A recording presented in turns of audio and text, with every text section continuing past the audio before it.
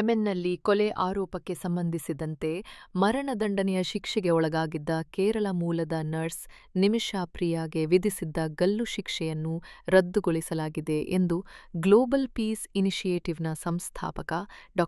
K. Paul ಹೇಳಿದ್ದಾರೆ. Nurse Nimisha ಪ್ರಿಯಾಳ ಮರಣದಂಡನೆಯನ್ನು July 16ರಂದು ನಿಗದಿಪಡಿಸಲಾಗಿತ್ತು.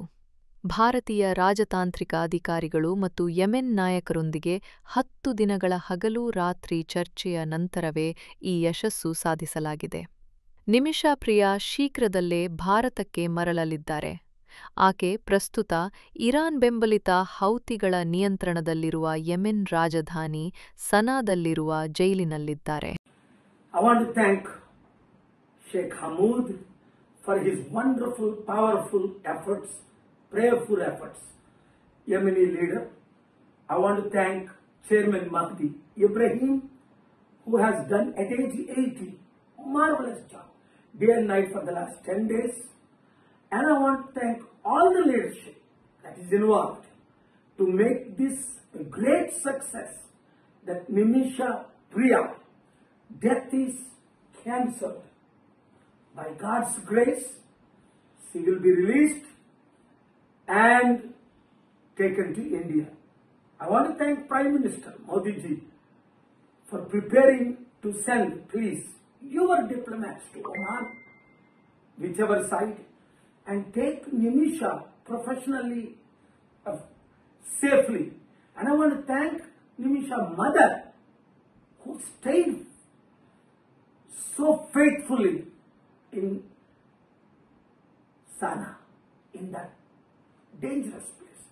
And her husband, Thomas, I spoke to, faithfully helping all sides.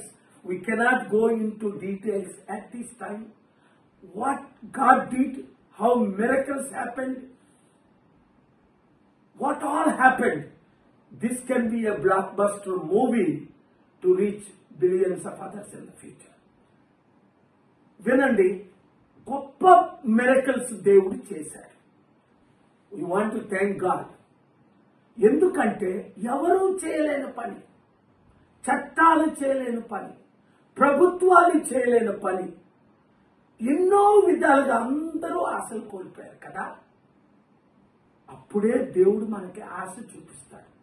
అందుకే 10వ తారీఖు నేను అక్కడ ఏమైనా ప్రెసిడెంట్కి ఉత్తరం రాశాను.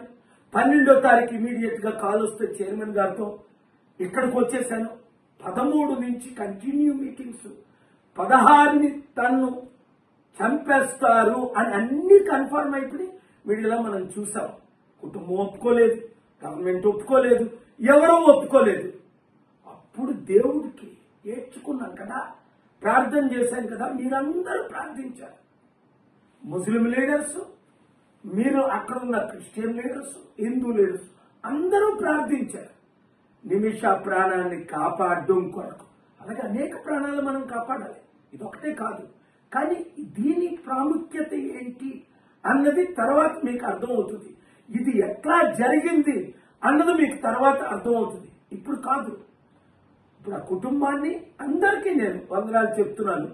ముఖ్యంగా మీడియా మిత్రులు, మీరే కానీ ఇది హైలైట్ చేయకపోతే నాకు తెలియకపోతే, అసలు నాకు తెలిసిందే ఢిల్లీలో ఒక సీనియర్ మోస్ట్ మన తెలుగు మీడియా మిత్రుల ద్వారా.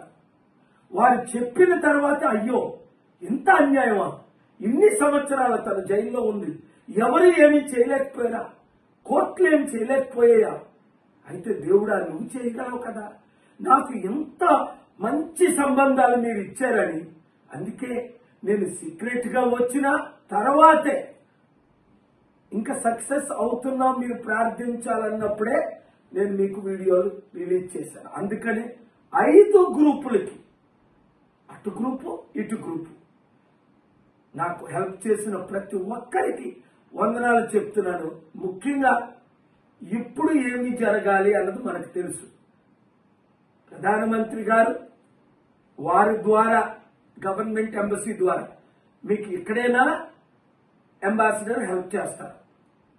లేదా యెమెన్లో ఎంబసీలు లేవు గనుక ఒమాన్లో ఉంది, సౌదీలో ఉంది, ఇరాన్లో ఉంది.